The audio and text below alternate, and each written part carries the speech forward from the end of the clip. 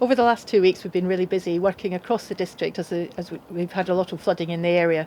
Groundwater flooding, river flooding, surface water flooding. So what we've been doing across the district is assessing where people have been flooding, trying to help people where we can, but also trying to recover the situation, trying to make it back to normal as quickly as possible. Looking a little bit more to the future, because we're still in a significant risk of flooding, so we're trying to make sure that we're ready, that the community are ready, and we are as prepared as we can. It's been very busy here the last couple of weeks since the heavy rains.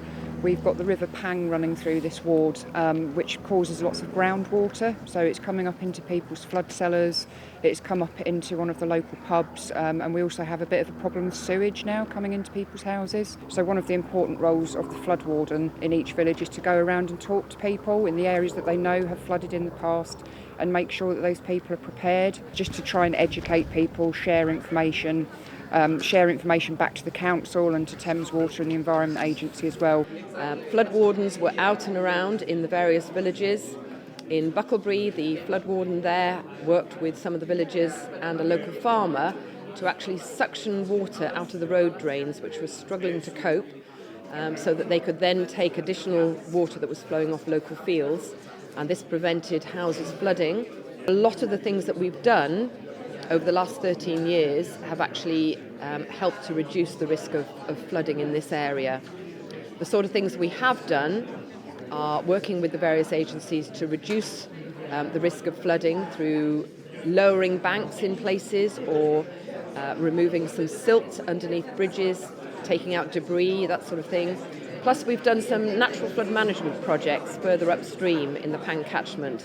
The Environment Agency's role during flooding is to help people prepare, help people respond to that flooding, and also work with our colleagues and our partners in other organisations, other authorities to do the same as well.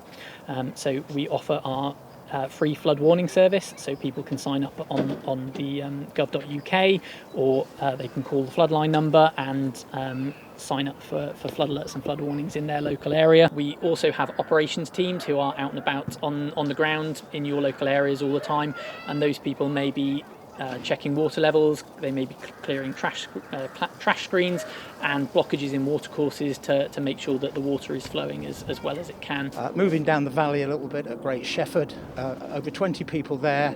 I've got no toilets. West Berks Council have moved in, Portaloos to help out with that.